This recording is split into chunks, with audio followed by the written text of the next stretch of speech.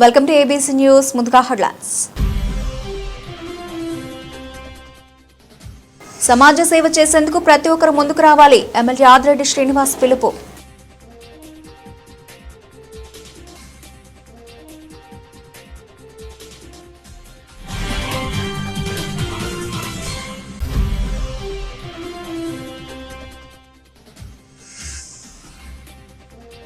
Red book రాజ్యాంగంతో YCP నేతలను అడగదొక్కాలను చూస్తున్నారు. రాజానగరం మాజీ ఎమ్మెల్యే జక్కంపూడి రాజా కామెంట్స్.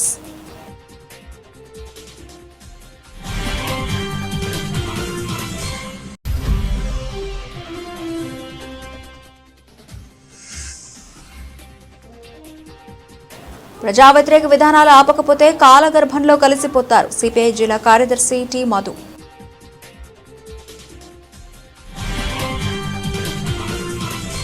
ఆగస్టు 15 లోపు బంగారు కుటుంబాల మ్యాపింగ్ ప్రక్రియ పూర్తయ్యేలా చర్యలు చేపట్టాలని జిల్లా కలెక్టర్ శ్రీమతి పి ప్రశాంతి అధికారులను ఆదేశించారు. మంగళవారం రాష్ట్ర ముఖ్యమంత్రి నారా చంద్రబాబు నాయుడు అమరావతి నుంచి వీడియో కాన్ఫరెన్స్ ద్వారా జిల్లా కలెక్టర్లు, ప్రజాప్రతినిధులు, అధికారులకు దిశానిర్దేశం చేశారు. ఈ సందర్భంగా జిల్లా కలెక్టర్ పి ప్రశాంతి మాట్లాడుతూ రాష్ట్ర ప్రభుత్వం నిర్దేశించిన మార్గదర్శకాలను అనుసరించి P4 సర్వే పురోగతిపై రాష్ట్ర ముఖ్యమంత్రి చంద్రబాబు నాయుడు దిశానిర్దేశం చేశారు. వీడియో కాన్ఫరెన్స్ అనంతరం జిల్లా కలెక్టర్ పి ప్రశాంతి మాట్లాడుతూ 2029 నాటికి పేదరిక నిర్మూలనే రాష్ట్ర ప్రభుత్వ ప్రధాన లక్ష్యమని తెలిపారు. P4 కార్యక్రమం ద్వారా సమాజంలోని ఆర్థిక అసమానతలను తగ్గించి పేదలకు మెరుగైన జీవన ప్రమాణాలు కల్పించేందుకు ప్రజాప్రతినిధులు, అధికారులు సమిష్టిగా కృషి చేయాలన్నారు.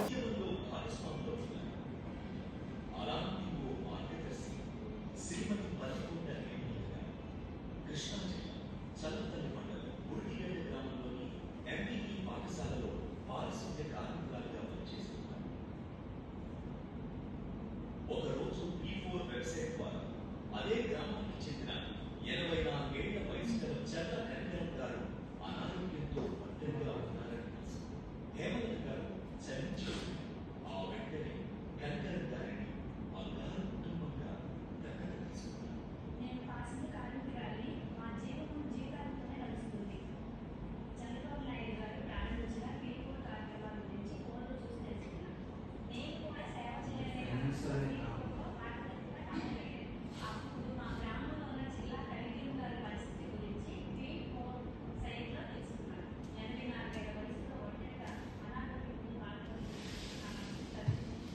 వెంటనే ఆమెను బంగారు కుటుంబంగా దత్తత తీసుకుని వైద్య సహాయంతో పాటు నెలకు 10,000 అందజేస్తాను.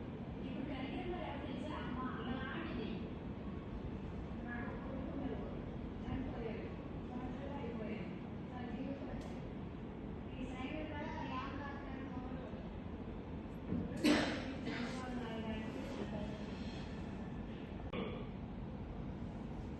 ప్రత్యేకంగా అటు ప్రజాప్రతినిధులు, ఇటు అధికార యంత్రాంగం రాబోయే రోజుల్లో మేజర్గా హై నెట్వర్క్ ఇండివిజువల్స్ ఎవరైతే ఈ కార్యక్రమాలు చేస్తారో వాళ్ళు కూడా ఒకసారి ఇదే వారికి ఒక ఉన్నతమైనటువంటి అత్యున్నతమైనటువంటి ఆశయం కోసం పనిచేస్తున్నాం. ఈరోజు మనకు వికసిత్ భారత్ 2047 మన ప్రధానమంత్రి నరేంద్ర మోడీ గారు స్టార్ట్ చేశారు. మనం స్వర్ణాంధ్ర విజన్ 2047 తయారు చేసుకున్నాం. ఈరోజు దేశాన్ని మనం చూస్తే 11వ స్థానంలో ఉన్న 10 సంవత్సరాల కంటే ముందు ఇప్పుడు 4వ స్థానానికి వచ్చాం. ఆర్థికంగా రాబోయే 2 years 3rd ప్లేస్కి వస్తున్నాం. వాళ్ళు 2 ఇచ్చారు, కానీ 1 to 2 డిఫరెన్స్ ఒక $3 trillion, 3 to 4 trillion. అమెరికా దీనికి కింద ఉంటుంది. చైనా అండ్ ఇండియా పోటీగా ముందుకు వస్తుంది. 2028 ఇండియా అయితే 3rd లార్జెస్ట్ ఎకానమీగా ఉంటాం. ఈ విషయం మీరు అందరూ గుర్తుపెట్టుకోవాల్సిన అవసరం ఉంది. నేను పదే మీకు చాలాసార్లు చెప్పాను.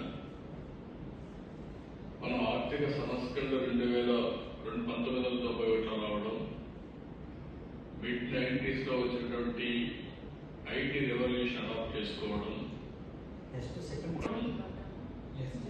ఈరోజు అన్ని దేశాలు కూడా ఏజీ ప్రాబ్లమ్స్ తో బాధపడతా ఉంటే మనకు as on today income Indians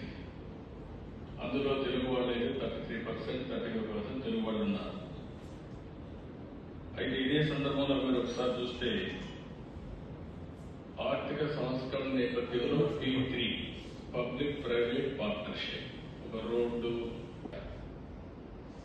ప్రజలకి మెరుగైన వసతి ఏర్పాటు చేశారు, ఆంటర్ప్రినర్స్ గా తయారయ్యారు. దానివల్ల వాళ్ళ ఆదాయం కూడా పెరిగింది, వాళ్ళకు కూడా సంపద సృష్టించుకున్నారు. అయితే ఈరోజు మనం గుర్తుపెట్టుకోవాల్సింది ప్రభుత్వ విధానాలు.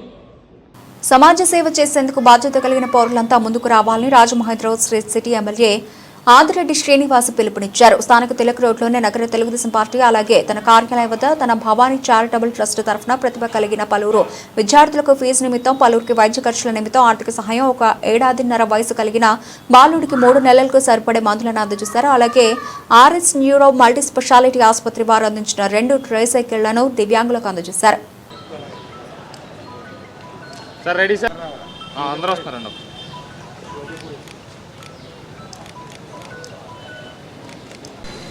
ఓకేనా? ఇది వచ్చిందిగా ముందు తీసుకెళ్ళి జాగ్రత్తగా సార్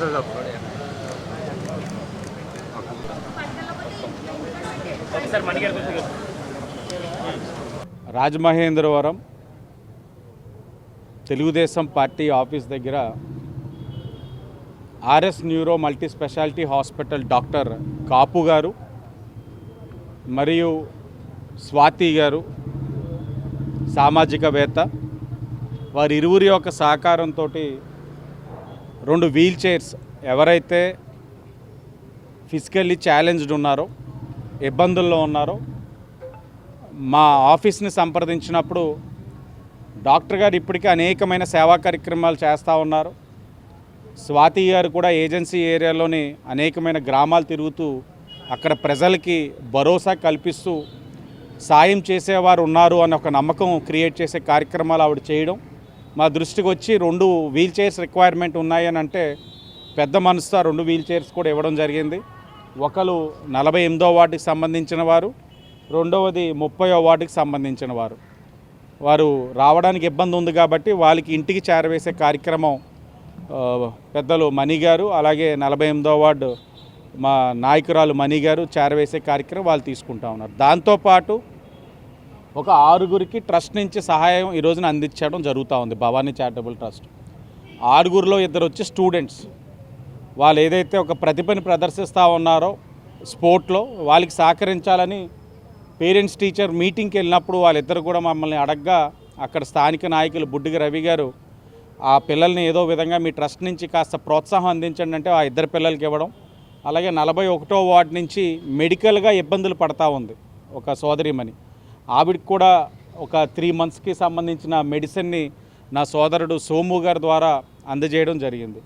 అలాగే కొద్దిగా ఆర్థికంగా ఇబ్బందులు ఉన్న కుటుంబాలకు కూడా వాళ్ళకి కూడా ప్రోత్సాహం అందించడం జరిగింది.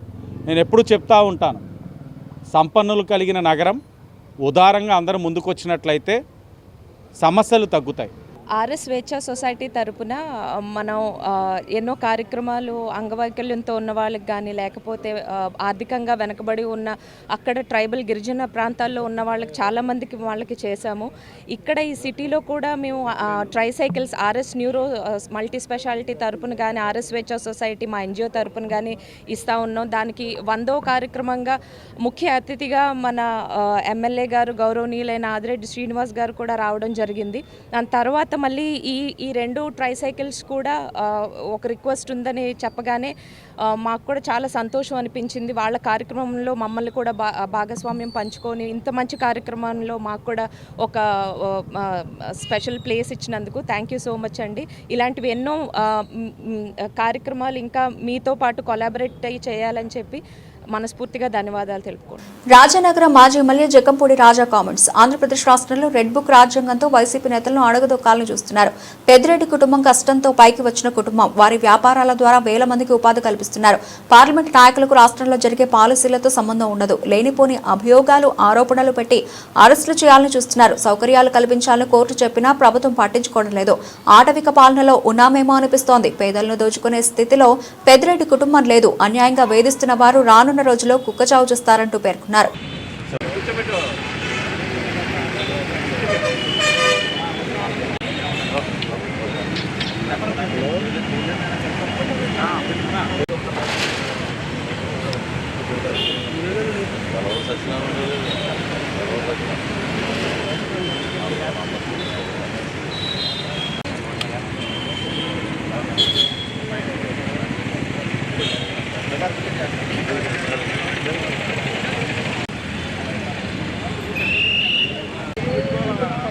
ఏమన్నా పక్కోనండి అయ్యారు మళ్ళీ అట్నమాట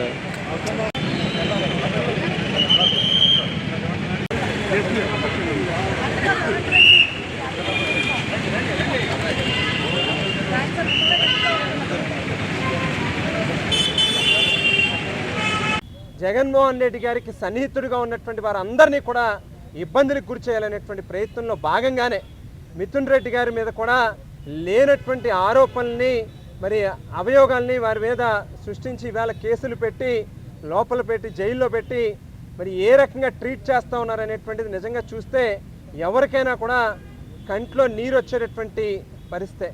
ఇవాళ గోల్డెన్ స్పూన్తో పుట్టినటువంటి వ్యక్తికి ఓ పక్కన కోర్టులు చాలా స్పష్టంగా ఒక స్పెషల్ క్లాస్ ప్రోటోకాల్ ఉంది, ఈ రకమైనటువంటి ఫెసిలిటీస్ ఆయనకి ఇవ్వండి అని చెప్పి స్వయంగా కోర్టే మరి ఆర్డర్స్ ఇచ్చినప్పటికీ కూడా వాటిని పక్కన పెట్టి లోపల ఆయన ట్రీట్ చేస్తూ ఉన్నటువంటి విధానం చూస్తే నిజంగా ఈ రాష్ట్రంలో కానీ లేకపోతే ఈ దేశంలో కానీ చట్టాలు ఏమైపోతూ ఉన్నాయి, అంబేద్కర్ గారు రాసినటువంటి రాజ్యాంగం ఎక్కడికి వెళ్ళిపోతూ ఉంది అని చెప్పి నిజంగా ఏదో ఆటవిక పాలనలో ఉన్నామా, మనం అడవిలో బ్రతుకుతూ ఉన్నామా అని చెప్పి ఆలోచనలోకి వెళ్ళేటటువంటి పరిస్థితి కనిపిస్తూ ఉంది. అక్రమ కేసులు బనాయించమంటున్నారు, జైళ్ళలో పెట్టి మగ్గించమంటున్నారు.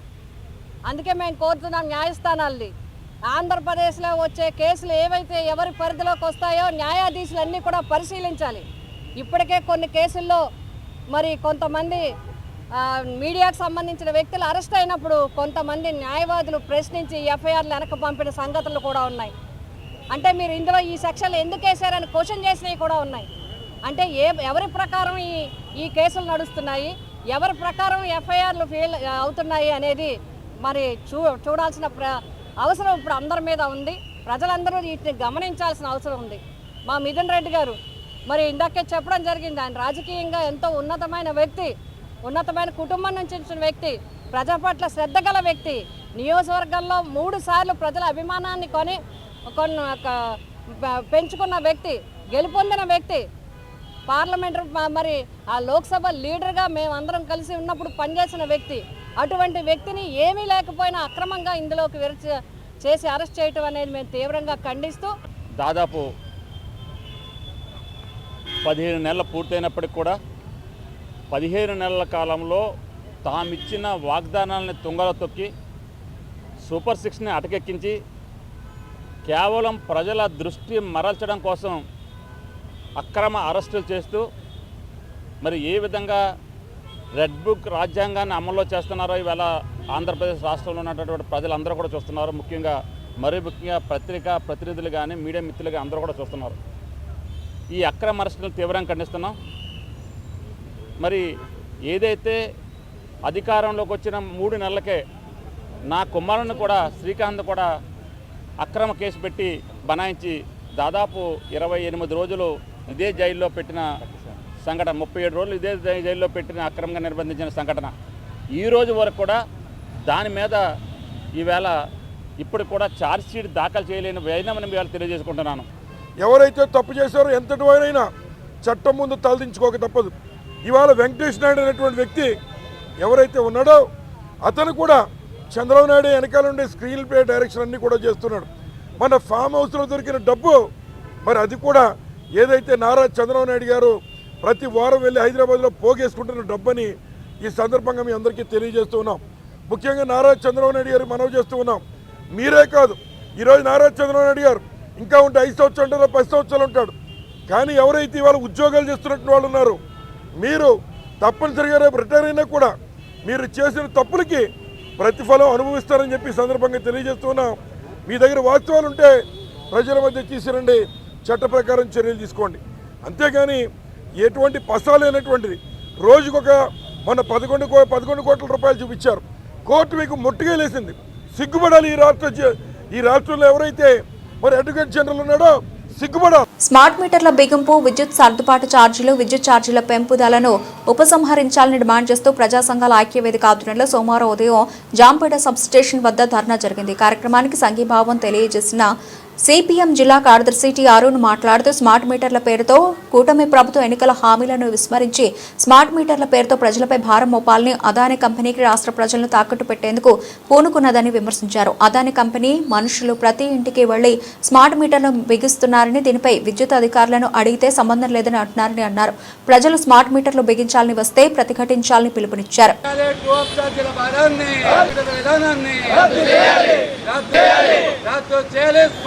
విధానాన్ని ప్రైవేటీకరణ విధానాలని రద్దు చేయండి, విధించండి. విద్యుత్ రంగ సంస్కరణలను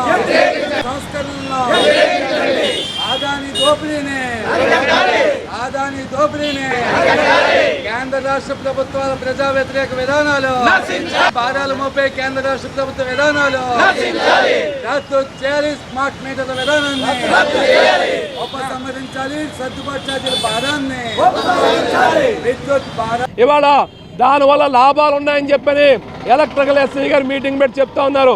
ఒక్క లాభమైనా స్పష్టంగా చెప్పారంటే చెప్పలేదు. ఇవాళ మనం వాడే విద్యుత్తు గంటకే లెక్క తెస్తారు. ఎక్కువ వాడే సందర్భాల్లో గంటకో యూనిట్ రేటు చొప్పున మన జేబులు చిల్లులు పెట్టే ప్రమాదం ఉంది. అందుకనే ప్రజానీకం మొత్తం స్మార్ట్ మీటర్లను వ్యతిరేకించమని చెప్పి కోరుతా ఉన్నాం. ఇవాళ లోకేష్ గారు ప్రతిపక్ష నాయకుడిగా పాదయాత్ర చేసినప్పుడు స్మార్ట్ మీటర్లను బద్దలు కొట్టమని పిలిపించాడు. ఇవాళ తెలుగుదేశం పార్టీ అభిమానులందరూ మీరు లోకేష్ని అభిమానిస్తే స్మార్ట్ మీటర్లను బద్దలు కొట్టనని చెప్పి వాళ్ళకు కూడా చెప్తా ఉన్నాం. సామాన్య మహిళలు, మధ్యతరగతి వర్గాలు అందరూ కూడా మాకు రోజు ఫోన్ చేస్తున్నారు. మేము అందుకనే ఈ ప్రమాదకరమైన స్మార్ట్ మీటర్లను రద్దు చేసే వరకు, ట్రూ ఆఫ్ ఛార్జీలు అదనపు భారాన్ని రద్దు చేసే వరకు వామపక్షాల ప్రజా సంఘాల ఐక్యవేదిక ఆధ్వర్యంలో ఈ పోరాటం ఆగదు. భవిష్యత్తులో ఈ పోరాటాన్ని మరో విద్యుత్ ఉద్యమించాం. ఆనాడు విద్యుత్ జోలికి వస్తే చంద్రబాబు నాయుడు మాడి మసైపోయినాడు, గుర్తుంచుకో. నేడు మరలా ఇంకోసారి వస్తున్నావు. ఈసారి దిమ్మ తిరిగే జవాబు నీకు జనం ఇస్తారు. కాబట్టి నువ్వు వెంటనే ఈ స్మార్ట్ మీటర్లు రద్దు చేయాలని మేము కోరుతున్నాం. ఏఐటీసీగా రిపోర్ట్ చేస్తూ ఉంటే అధికారులు రీడింగ్ వచ్చేసినటువంటి బిల్లుని ఎక్కడా కూడా మేము తిరిగి పునరుద్ధరించలేమని చెప్పేసి ఈరోజు చెప్పడం జరుగుతూ ఉంది. దీని ప్లేస్లో దీని బిల్లు కనుక కట్టకపోతే కనుక దాదాపు ఒక్కొక్క మీటర్ తీస్తే ఆ మీటర్ ప్లేస్లో మళ్ళా తిరిగి పునరుద్ధరించుకోవడం కోసం 2,500 రూపాయలు ఛార్జ్ చేస్తూ ఉన్నారు. అంటే కనీసం ఎటువంటి నోటీసులు కూడా లేకుండా ఈరోజు దేశవ్యాప్తంగా కూడా ఈరోజు స్మార్ట్ మీటర్లతో పేరుతో ఈరోజు మొత్తం దోపిడీ జరుగుతూ ఉంది. కాబట్టి ఈ దేశంలో మానవ వనరులు ఈ దేశానికి ఉపయోగపడాలని చెప్పేసి ఈరోజు కోరతం జరుగుతాం. ఆంధ్రప్రదేశ్లో జర్నలిస్టుల సమస్యలపై మంగళవారం ఏపీయూడబ్ల్యూజే ఆధ్వర్యంలో రాష్ట్ర వ్యాప్త పిలుపు మేరకు తూర్పుగోదావరి జిల్లా ఏపీయూడబ్ల్యూజే రాష్ట్ర నాయకులు ఎం శ్రీరామమూర్తి నేతృత్వంలో రాజమండ్రి ప్రెస్ క్లబ్ వద్ద ప్రదర్శన నిర్వహించారు. జర్నలిస్టుల డిమాండ్స్ డేను పాటించారు. ఇప్పటికే అనేక సార్లు పొడిగిస్తూ తర్వాత వచ్చిన అక్రిడేషన్లు ఇక పొడిగించవద్దని, తక్షణమే కొత్త కార్డులు మంజూరు చేయాలని రాష్ట్ర ప్రభుత్వానికి విజ్ఞప్తి చేసింది. అలాగే కూటమి ప్రభుత్వం హామీ ఇచ్చిన ఉచిత ఇళ్ల స్థలాలు వెంటనే మంజూరు చేయాలని, రిటైర్డ్ జర్నలిస్టులకు ఇతర రాష్ట్రాల్లో మాదిరిగా పెన్షన్ పథకం ప్రవేశపెట్టాలని ముఖ్య డిమాండ్స్తో ఆందోళన కొనసాగించారు. నినాదాలు చేశారు. ఏపీయూడబ్ల్యూజే జిందాబాద్ అంటూ నినదించారు.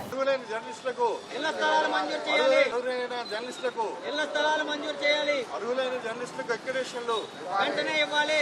అర్హులైన జర్నలిస్టులకు ఎక్రిడేషన్లు వెంటనే జర్నలిస్టుల ఐక్యత, జర్నలిస్టుల ఐక్యత, జర్నలిస్టుల ఐక్యత, జర్నలిస్టుల ఐక్యత.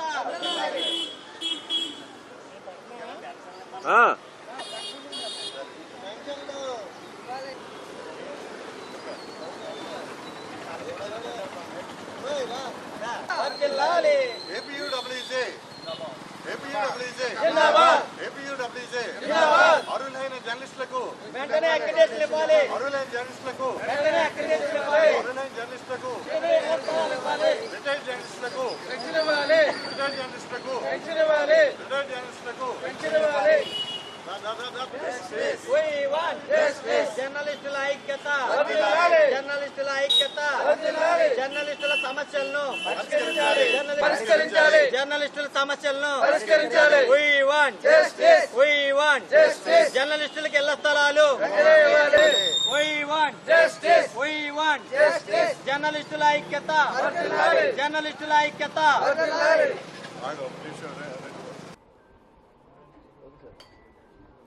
పాత్రికేయుల డిమాండ్స్ రోజు అయినటువంటి ఈరోజు ఏపీయూడబ్ల్యూజే కార్యవర్గం వారు ఈరోజు మమ్మల్ని కలిసి వారి యొక్క ఆలోచనల్ని పాత్రికేయుల యొక్క సంక్షేమం కోసం తీసుకోవాల్సినటువంటి కార్యక్రమాల గురించి ఒక విజ్ఞాపన పత్రాన్ని ఇవ్వడం జరిగింది. మారుమూల ప్రాంతాల్లో సైతం ప్రజా సమస్యల్ని బయటికి తీసుకురావడానికి నిరంతరం కృషి చేస్తున్నటువంటి పాత్రికేయుల యొక్క సంక్షేమం చూసే బాధ్యత ఈ ప్రభుత్వం తొలగించి కూడా తీసుకుంది. ముఖ్యమంత్రి చంద్రబాబు నాయుడు గారు, ఉప ముఖ్యమంత్రి పవన్ కళ్యాణ్ గారి నేతృత్వంలో ఈ కూటమి ప్రభుత్వం పాత్రికేయుల సంక్షేమం కోసం ప్రత్యేక కార్యక్రమాలను చేపట్టడానికి ఒక సబ్ కమిటీని కూడా ఏర్పాటు చేసి మమ్మల్ని దాని మీద అధ్యయనం చేయాల్సిందిగా తెలియజేశారు. అదేవిధంగా గృహాలకు సంబంధించి కూడా కమిటీ వేశారు. ఇలాగ పాత్రికేయులకి ఏ కార్యక్రమాలు చేపడితే వారి సంక్షేమం బాగుంటుందనేటువంటిది ఆలోచించి ముఖ్యమంత్రి గారు తీసుకుంటున్న నిర్ణయాల మేరకు ఈరోజు వారు అందించినటువంటి విజ్ఞాపన పత్రాన్ని రేపు కేబినెట్ మీటింగ్ జరుగుతుంది కనుక ఆ సందర్భంలో ఈ విషయాన్ని తెలియజేసి పాత్రికేయుల సంక్షేమం కోసం ఈ ప్రభుత్వం కట్టుబడి ఉందనేటువంటి మాటను మరొకసారి రుజువు చేస్తామనేటువంటి మాటను మనం చేస్తున్నాం. రాజమహేంద్రవరం ఆదిత్య బిజినెస్ స్కూల్లో యూత్ రెడ్ క్రాస్ సొసైటీ వారిచే సామాజిక సేవా కార్యక్రమాలపై అవగాహన సదస్సును నిర్వహించామని కళాశాల ప్రిన్సిపాల్ డి రామకృష్ణ తెలియజేశారు. ఈ అవగాహన సదస్సులో Youth Red Cross member doctor G Mahalakshmi మరియు Youth Red Cross district coordinator P Rambabu విచ్చేశారని కళాశాల సెక్రటరీ డాక్టర్ ఎన్ సుగుణారెడ్డి తెలియజేశారు. ఈ అవగాహన సదస్సులో యూత్ రెడ్ క్రాస్ వాలంటీర్లకు ప్రథమ చికిత్స, సిపిఆర్, స్నేక్ బైట్, కుక్క కరవడం, హార్ట్అటాక్, కార్డియాక్ అరెస్ట్, కాలిన గాయాలు మొదలైనటువంటి అత్యవసరమైన పరిస్థితుల్లో వారికి ఎటువంటి సహాయ సహకారాలు అందించాలి, ఏ విధంగా అంబులెన్స్ సర్వీసులను అలాగే ప్రథమ చికిత్సను అందించాలి అనేటటువంటి విషయాల మీద క్షుణ్ణంగా వాలంటీర్లకు వివరించారు.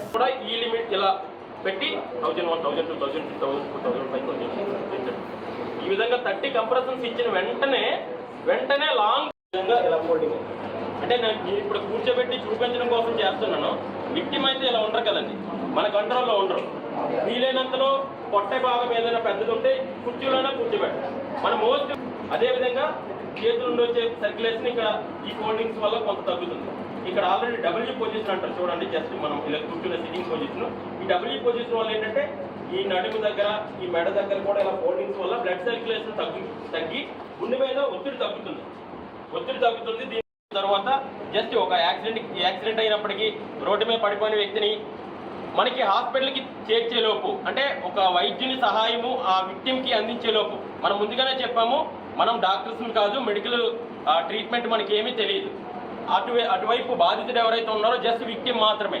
అతను ఎట్టి పరిస్థితుల్లోనూ పేషెంట్ అనే పదం కూడా మనము అనడానికి అర్హులం కాదు. ఓకేనా? అయితే ఆ విక్టిమ్ ఎవరైతే ఉన్నారో ఆ విక్టిమ్ని మెడికల్ సపోర్ట్ అందించేలోపు, హాస్పిటల్ సిబ్బంది వచ్చేలోపు, లేదంటే అంబులెన్స్కి చేర్చేలోపు ఇటువంటి సామాజిక విశ్లేషకులు, motivational speaker Sunkavalli సత్యరాజుకు Vishwajanani foundation Vishwajanani సేవారత్న మరియు స్పెషల్ జ్యూరీ అవార్డును ప్రకటించడం పట్ల పలువురు అభినందనలు తెలియజేశారు. గోపాలపురం శాసనసభ్యులు మతిపాటి వెంకటరాజు, కోవూరు శాసనసభ్యులు ముప్పిడి వెంకటేశ్వరరావు, సుంకవల్లి సత్యరాజు వివిధ రంగాల్లో చేస్తున్న సేవలను అభినందిస్తూ ఈ అవార్డు సత్యరాజుకు లభించడం హర్షదాయమని పేర్కొన్నారు. తన మోటివేషన్తో ఎంతో మంది పాఠశాల, కళాశాలల విద్యార్థులకు వివిధ అంశాల పట్ల అవగాహన కలిగిస్తూ వారిలో ఉత్తేజం నింపడమే కాకుండా విద్యార్థులకు ప్రతిభా పాఠవాలు, పరీక్షలను, వ్యాసరచన, వక్తృత్వ పోటీలను నిర్వహించి నగదు బహుమతులను, పుస్తకాలను, ఖరీదైన నిఘంటువులను బహుకరించడం ద్వారా వారిలో ప్రతిభను వెలికి తీయడానికి విశేష కృషి చేశారని పేర్కొన్నారు.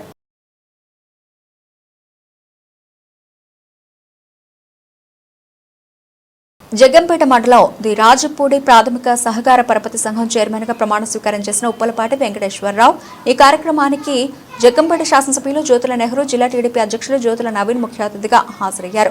ముందుగా రాజపూడి సెంటర్లో గల టీడీపీ వ్యవస్థాపక అధ్యక్షులు నందమూరి తారక రామారావు విగ్రహానికి పూలమాలలు వేసి అక్కడి నుండి వందలాది మందితో పాదయాత్రగా రాజపూడి సొసైటీ చేరుకున్నారు. సొసైటీ సీఈఓ పిల్ల అప్పారావు స్వాగతం పలికి శుభాకాంక్షలు తెలియజేశారు. రిజిస్టర్ బుక్ లో సంతకం బాధ్యతలు స్వీకరించిన చైర్మన్ ఉప్పలపాటి వెంకటేశ్వరరావు, కమిటీ సభ్యులు చింతల కన్నారావు, గండికోట శ్రీను బాధ్యతలు స్వీకరించారు. రాజపూడి గౌరీశంకర్ కళ్యాణ మండపం రేఖబొల్లి రాజు అధ్యక్షతన సమావేశం నిర్వహించారు.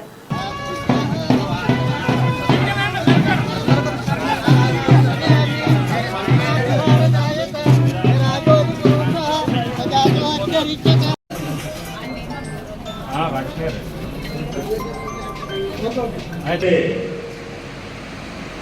ఈనాడు వేదిక ముందున్నటువంటి సోదరులకి, సోదరిమణులకి అందరికీ కూడా పేరు పేరున హృదయపూర్వకమైనటువంటి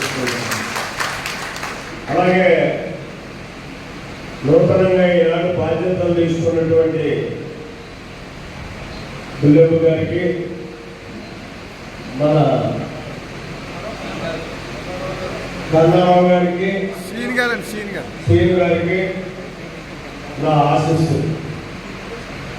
పత్రికా సోదరులకి, మీడియా సోదరులకి అందరికీ ప్రత్యేకమైనటువంటి ధన్యవాదాలు.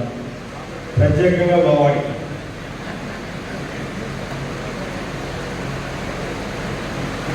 సొసైటీ అన్నది చాలా బాధ్యతతో కూడుకున్నటువంటి పని. మనం పెట్టేటటువంటి ప్రతి సంతకం కూడా అది ఇచ్చేటటువంటి అప్పు కట్టకపోతే ఆ రైతు అది వీడికి కూడా చుట్టుకుంటారు.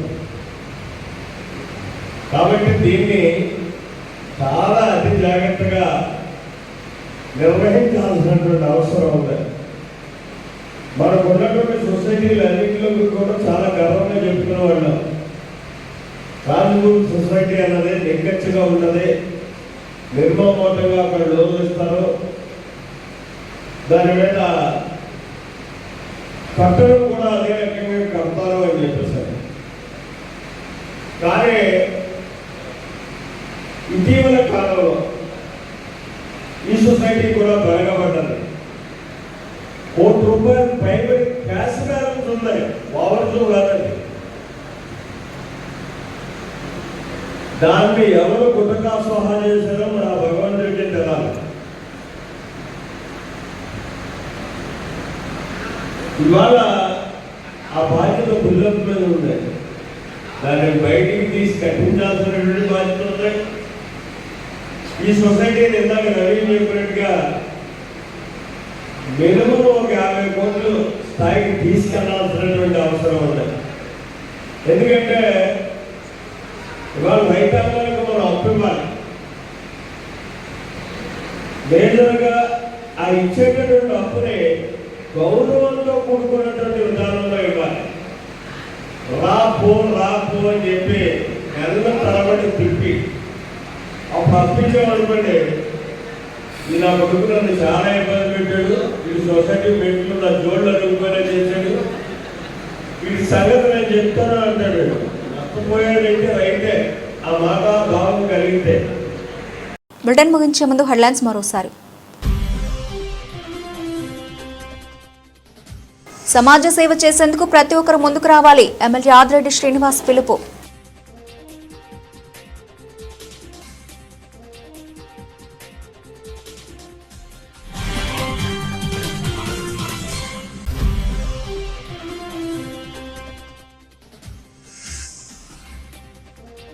రెడ్ బుక్ రాజ్యాంగంతో వైసీపీ నేతలను అడగదొక్కాలను చూస్తున్నారు, రాజానగరం మాజీ ఎమ్మెల్యే జక్కంపూడి రాజా కామెంట్స్.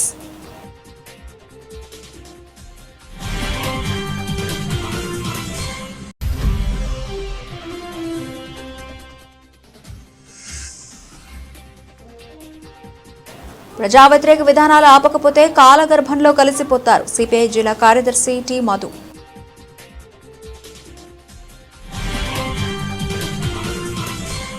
ఇవి ప్రవర్తన బలిచిన updates. Keep watching APC news.